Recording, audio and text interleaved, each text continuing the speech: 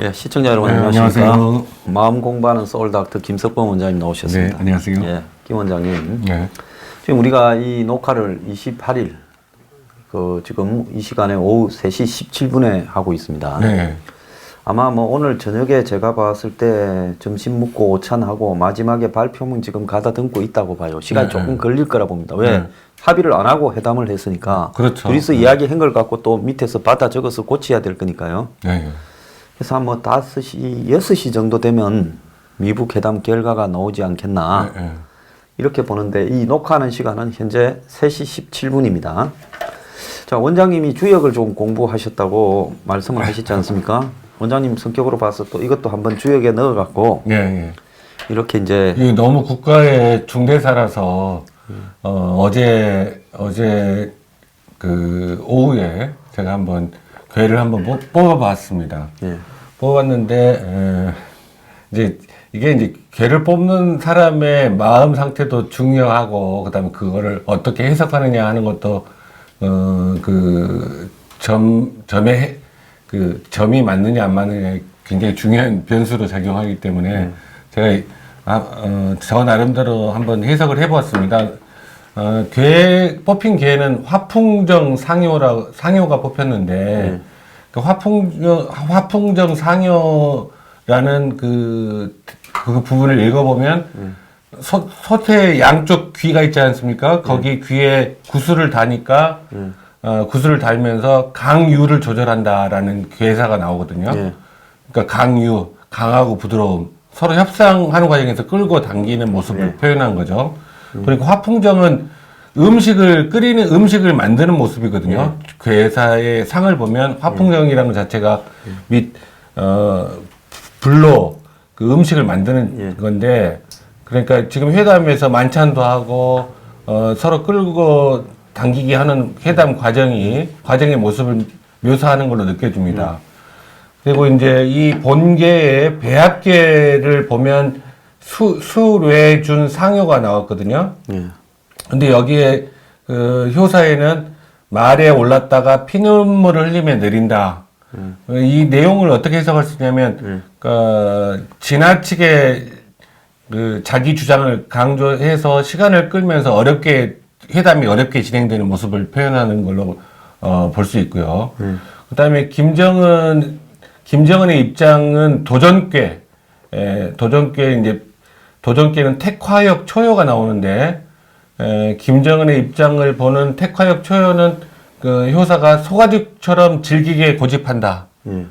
그러니까 자기 주장을 계속 주장한다는 이야기죠. 김정은 입장에서는 자기 뜻대로 안 되니까 계속 자기 주장을 하는 거고, 결국 제일 중요한 본궤가 어느 방향으로 향하느냐 하는 걸 알 수 있는 지궤, 갈지자의 궤니까 어떤 방향 가느냐 하는 궤가 내풍항 상효가 나왔는데, 그 상효 효사가 한결같이 마음이 흔들리니 흉하다.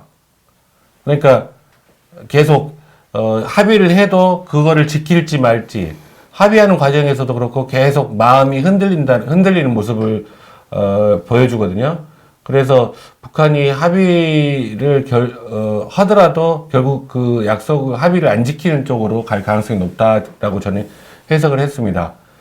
그런데 이제 똑같은 그 주역의 괴를 화풍정 상효 괴를 가지고 또 매화역수식, 그러니까 매화역수라는 소강절 선생이 만든 그 괴를 풀이하는 해석 방법이 있는데, 그걸로 풀어봐도 결론적으로는 어떻게 해석이 되냐면, 초기에는 미국이 원하는 대로 회담 상황에서 전혀 진전이 안 되다가 온갖 난관을 거친 후 최종적으로는 미국이 원하는 결과를 얻게 된다 라는 쪽으로 이제 그 매화 역수식 해석은 그렇게 결과가 나왔어요. 근데 이게 이제 제 상식으로는 이 괴를 풀었을 때는, 그러니까 결국 북한이 자기 뜻대로 안 되고 결국 합의를 끝내는 지키지 못하는 상황이 되지 않을까 저는 추정을 하는데 어떻게 될지는 모르겠습니다. 이거는 이제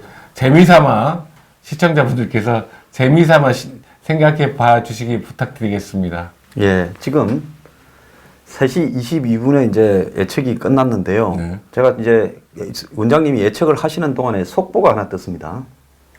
이게 이제 3시 10분쯤에 나왔는데요. 제목은 없고, 그 내용은 없고 제목만 떴어요. 백악관이 지금 업무 오찬을 취소했다. 그러니까 오전에 단독 회담을 8시 45분쯤에 둘이가 와서 하고, 그 다음에 확대 회담을 하지 않았습니까? 그 확대 회담이 끝나고 난 뒤에 점심을 먹어야 되는데, 점심을 지금 둘이 같이 안 먹고 취소했다라는 이야기예요. 그 다음에 이제 서명식 취소 여부는 아직 언급이 없다라는데, 이 서명식 취소가 된다 그러면 트럼프가 나는 니하고 이제 회담 못 하겠다고 그냥 판을 깨고 그것도 차프고 일어났다라는 그런 이야기인데, 지금 다른 데서는 안 나오고 있는데 이 아시아 경제에서 속보로 이걸 지금 보도를 하고 있어요. 그래서 지금 뭔가가 좀 그 판이 트럼프가 김정은을 만나 보니까 저게 완전 생짜로 먹으려 하니까 이 트럼프가 이거 잘못했다가는 미국 가서 큰일 나겠다 싶어서 판을 깬 거 아닌가 하는 이런 추정도 지금 가능한 이야기인데요. 자세한 내용은 좀 이따 들어봐야 되겠는데, 원장님이 지금 예측하신 부분이 만약에 이게 판이 깨지는 거라 그러면 그 중요한 이야기인데, 또 속보를 보면 지금 회담 일정이 단축됐고 기자회견이 4시에서 2시로 앞당겨졌고, 현지 시간으로 2시고, 그러니까 한국 시간으로는 오후 4시입니다. 그리고 이 샌더스 대변인은 협상이 진행 중이나 30분, 45분 안에 마무리될 거고, 트럼프는 이제 이 호텔로 복귀할 거다, 이렇게 이야기를 합니다. 그래서 서명식이 아마 열리지 않을 것 같고 오찬도 취소됐다는 게 확실한 것 같아요. 그래서 판 깨졌네요. 네. 제가 이거 원장님하고 마치고 오늘 속보를 바로 생방으로 좀 해야 될 것 같습니다. 그래서 원장님이 그래도 그 아주 저기 용하다고 그건 아니고요. 그냥 받게 생겼습니다. 자, 근거로 이제 저희 뉴스 브리핑에서 이 폭로를 중요한 거를 했습니다. 폭로가 아니라 진실 규명을 했죠. 문재인 딸이 사이가 사이 명의로 된 집을 2010년에 이렇게 구입을 했는데 그 집에서 이제 2010년 5월 달에 결혼 2달 뒤에 그 집을 샀어요. 쭉 살아오다가 2012년 대선 때는 이렇게 장인하고 이제 장모한테 집을 줬어요. 빌려줬어요. 그렇게도 합니까? 사이가 집이 여러 채도 아닌데 한 채인데.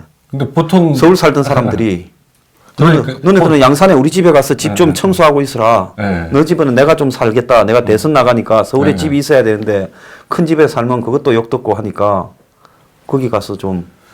대선 후보를 장인으로 둔 사람이면 그렇게 할 수밖에 없겠죠. 근데 이제 그 집에서 이제 이 당시에 문재인 홍보 동영상을 찍었지요. 사람이 먼저다고.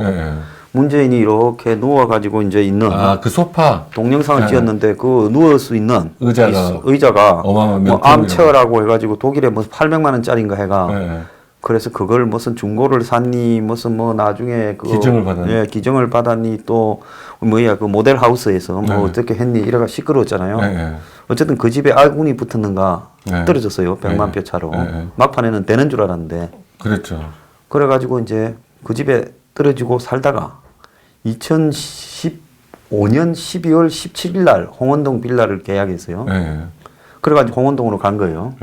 살아도 될 건데 계약한 거는 뭐 딸하고 사이가 그 집 우리 집 명의로 내 거니까 이제 비아 주소 방 빼서 이러진 않았을 거 아니에요. 그렇죠. 당 대표까지 하고 유력 대선 후보였는데 아마 선거 떨어져서 재수 없다고 이제 풍수지리를 좀 보고 풍수지리상 홍원동이 길하다 해서 끌로 가지 않았냐. 제 생각이거든.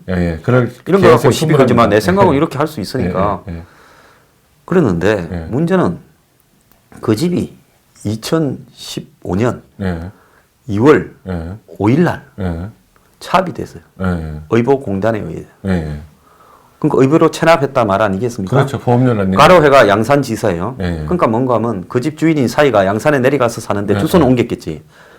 그렇지만은 주민등록상으로 봤을 때 예. 주소는 옮겼지만은 예. 재산상으로 봤을 때 이 집은 사이 집이니까. 예, 예. 근데 사이 가 보니까 차가 뭐 이렇게 드러난 게 있다거나 자기 명의로 된 예, 예. 자기 명의로 된 통장이 있으면 거기 압류 들어가지 그렇죠. 않겠어요? 예. 집보다는 집은 압류하는데 비용도 들고 번거롭잖아요. 네, 통장으로 보통 압니다. 보통 통장이고 그 다음에는 차라고 들었어요. 네. 근데 국민연금도 의료보험공단에서 대신해서 차압을 한답니다. 네, 네. 근데 양산지사니까 양산에서 내려가서 있는 동안 돈 안 낸 거죠. 그렇죠. 네. 얼마쯤 돈 안 내면 차압 들어옵니까?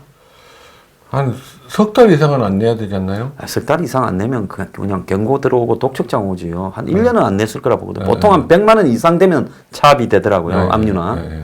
그러니까 한 100만 원 이상 되려면 저거 뭐 둘 다 백수인데 네. 백수가 아니었으면 회사에 직장 의보였을 거 아닙니까? 그렇죠. 네. 근데 지역 의보에서 집을 차압하면 돈 받는 회사가 월급 받는 회사가 없다라는 거 아닙니까? 네. 그러면 우리한테 이제 차압이 들어갔어요. 네. 근데 실거주자는 장인 장모 네. 문재인 부부였어요. 네. 그리고 그로부터 3일 뒤에 2월 8일 날 박지원이하고 경선에서 당 대표가 됩니다. 네. 기억나시죠? 그거 겨우 이긴 네. 거 네. 3% 차인가? 그렇죠. 네. 그러고는 이제 2016년 1년 뒤에 이제 이사 가가지고 홍은동에서 대선을 가요. 네. 자, 문재인은 2012년에는 보편적 복지라 해가지고 네. 의료보험부터 네, 네. 전 국민에게 이 복지 파퓰리즘을 하겠다 했고 또 자기가 이번에 대통령이 됐을 때는 네. 문재인 케어를 주장했어요. 네, 네. 그러면 보편적 복지를 하든 문재인 케어를 하든 가장 중요한 것은 의료보험 아닙니까? 그렇죠. 보험료를 잘 내야 네. 그게 유지가 되는 네, 거 아닙니까? 네. 그런데 자신의 딸과 사이가 보험료를 안 내서 네. 집이 차압된다면 네. 심각한 거죠. 그거는. 그 자식 교육의 문제도 있고 본인의 은행 실천도 문제가 있고 자기가 그 집에 살고 있으면 네. 딸과 사이의 집에 살고 네, 있는데 네. 그 집이 차압된 상태로 한 달간 있다가 한 달 뒤에 50일쯤 뒤에 3월 20일 날 네. 2015년 3월 20일 날인가 네. 차압을 이제 풀었어요. 차압이 이제 해제됐더라고요. 네, 네, 네. 그 이제 그때서 돈 내서 풀어줬다는 거 아니겠습니까? 그렇죠. 네. 그러면 그게 아무리 바빠도 그거는 보험료 체납은 그 체납 용지가 몇 번 왔을 텐데 그거를 전혀 확인을 못하고 그리고 그 문재인 대통령은 그때 당시에 또 양산에서 보험료를 냈을 거 아니에요. 집이 거주지 자기 집은 또 양산에서 보험료 냈겠죠. 네, 그렇게 되니까 거기에서는 이제 딸은 거기에 살면서 자기 보험료 병원 갈 일이 없으니까 보험료 체납한 것도 까먹었을 수도 있죠. 근데 만약에 아니다, 이 사람들이 주소를 서울로 옮겨놨을 수도 있겠다. 그럴 수도 있고요. 왜냐하면 2015년이면 네, 국회의원인데 또 출마 주소는 부산 사상이고 네. 살기는 서울이고 또 주- 집주인은 딸이고 사이고 네, 네. 그 의료보험료는 어디 냈을까요? 그것도 참 궁금하네. 네, 아마 양산에서 냈을 가능성이. 양산에서 냈을 가능성이 크겠죠. 네, 그게 네, 집이 네, 메인 네. 집이 있으니까. 네, 근데 양산지사에서 이게 이제 문재인 부부가 살고 있고 문재인 사이가 양산지사에서 차압을 했어요.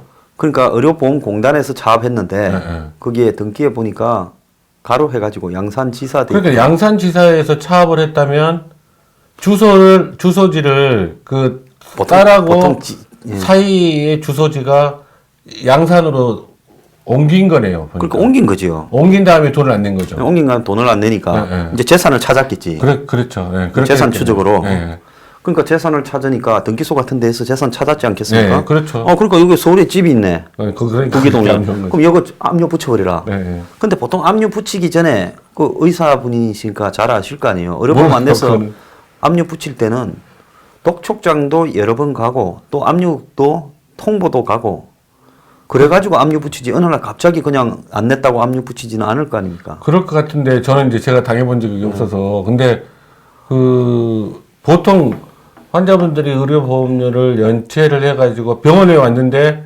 그 보험이 안 되는 걸 그때 확인을 하는 환자들이 있어요. 압류 가끔 가다 되기 전에. 있겠죠. 예. 네. 압류되기 전에. 그 얼마쯤 안 내면 그 병원에서는 끊습니까? 병원에서 끊는 게 아니라 이게 그러니까 공단에서 끊어버립니까 그걸? 그럴 거예요. 한두 달 이내에 끊어버릴 거예요. 요즘은 시스템이 잘 돼 있어서 그렇게 빨리 끊어요? 그러니까 병원에서 진료 볼 때마다 보험을 조회하게 돼 있어요. 예, 그 사람 보험 주민등록번호로 줘야겠죠. 예, 예. 그러니까 그 보험공단 그 데이터베이스에 접속을 해서 그 의료 보험이 되는지 안 되는지를 조회를 하게 돼 있기 때문에 문제가 있으면 바로 나오죠. 그런데 이제 끊었다고 해갖고 또 끊는 거하고 압류하는 거하고는 또 격차가 있을 거 아닙니까? 그러겠죠. 끊었다고 바로 내일 압류해 버리지는 않을 거 아니에요. 그렇죠. 그런데 이 상황이 이해가 안 가는 거는 한참 지금 애가 저 초등학교 뭐 예, 예. 다녔지 않습니까? 예, 작년에. 예. 그러니까 2010년에 결혼한 사람이니까 애가 그때 너댓 살일 거 아니에요. 병원 갈 일이 많을 텐데. 병원 갈 일이 한참 많은 애가 있는데 예. 보험료를 안 내서 차압될 정도였다면 도대체 그렇다고 병원을 안 가질 않았을 거 아닙니까? 대통령 후보의 딸이고 어? 그러겠죠. 대통령이 될 만한 사람의 딸이고 또 네. 돈이 없는 사람들도 아니고 예. 그러면 병원은 어떻게 처리했을까요? 그냥 뭐 아는 병원들이 많아가지고 뭐 아무데나 그냥 가면 아 그렇게는 안 되겠죠. 네? 아무튼 그 참 이해할 수 없는 일이에요. 그러니까 차압하는 데까지 제 생각에는 그 황 사장님 말씀대로 10개월 이상, 1년 이상 그렇게 보통 보면 150만 원 제가 사례를 좀 봤어요. 예. 한 100에서 150만 원 정도 이렇게 된 사람들이 동장이 차압당했다, 차가 차압당했다 그러더라고요. 네, 그래서 네. 보통 서민들 같은 경우에는 뭐 한 달에 한 10만 원 미만이죠. 미만의 네. 보험료를 내는 사람들이 차압을 주로 당한 것 같거든요. 네. 그러면 이 사람들도 둘이 백수고 재산이라고는 뭐 자 샀을 때 3억 4,500만 원이에요. 네. 그러면 3억 4,500만 원짜리 집이면 뭐 의료 보험료가 네, 그렇게 많이 안 많이 하지 나올 않습니까? 것 같아요. 많이 네. 안 나오죠. 네. 뭐 서민이죠. 네. 그러니까 이제 기껏해야 한 돈 150 정도 갖고 네. 차압이 당했을 거는 그렇죠. 뻔해요. 네.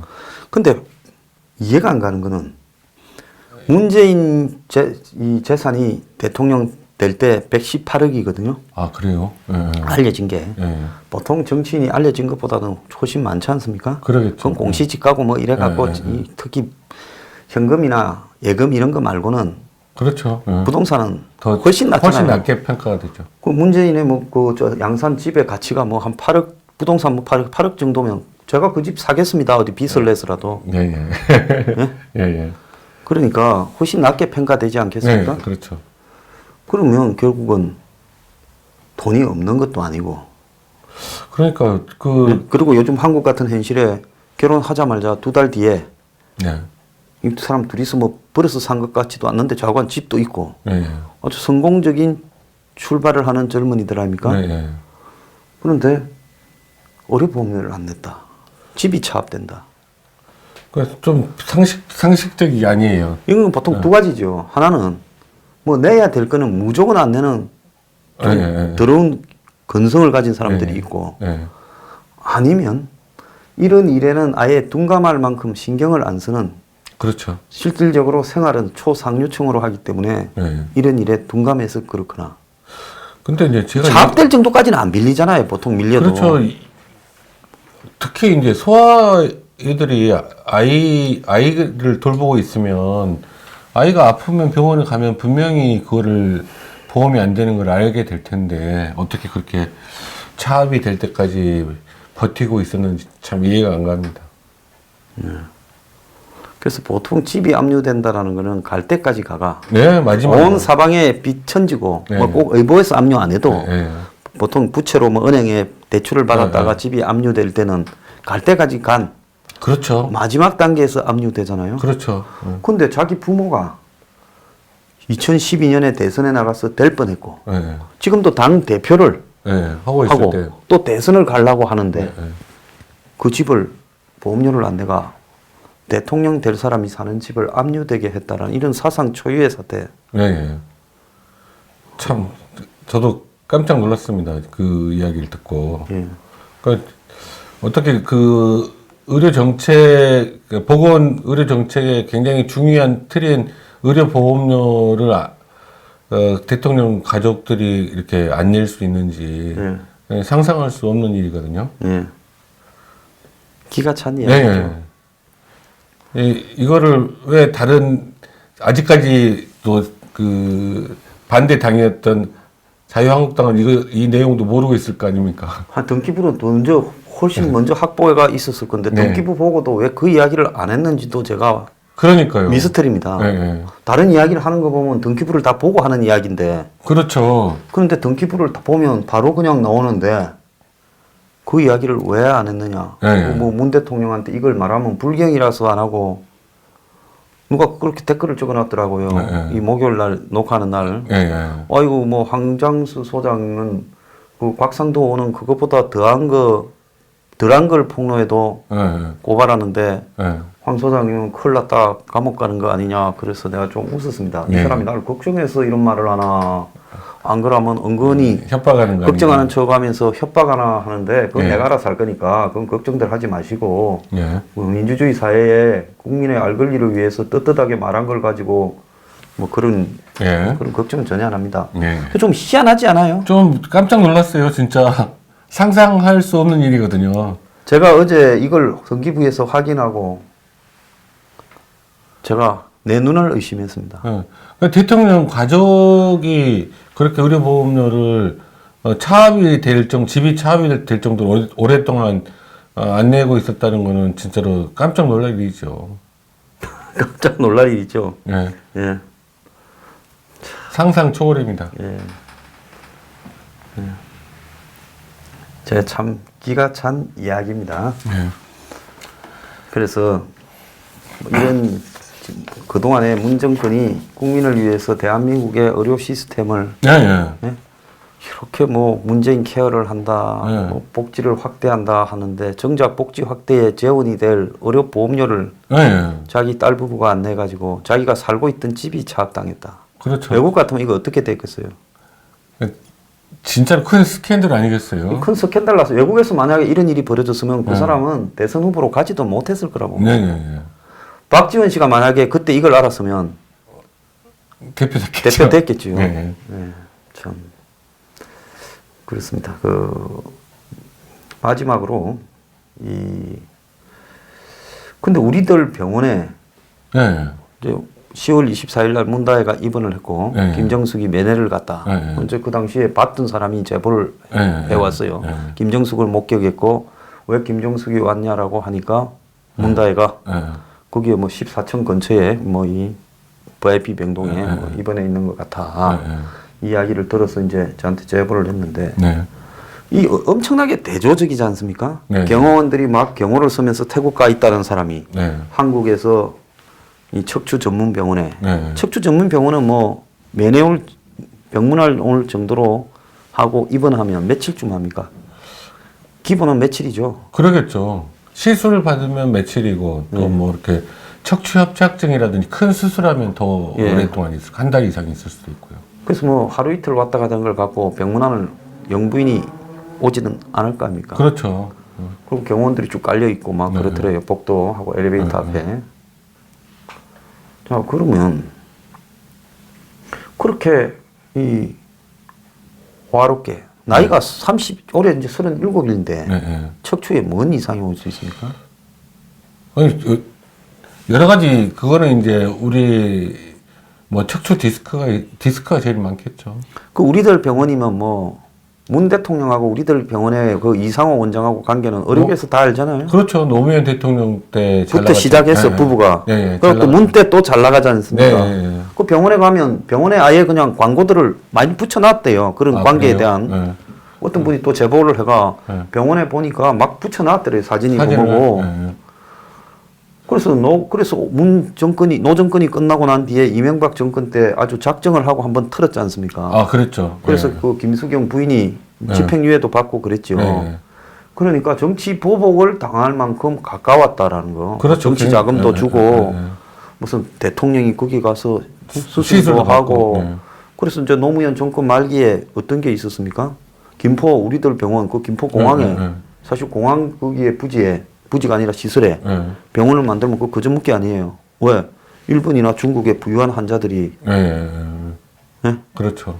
와서 제가 듣기로는 뭐 그래서 야쿠자나 삼합회가 거기 와서 현금 들고 와서 굉장히 수술해서 돈을 떼돈을 벌었다. 예. 이런 소문도 있어요. 예. 김포공항에. 예.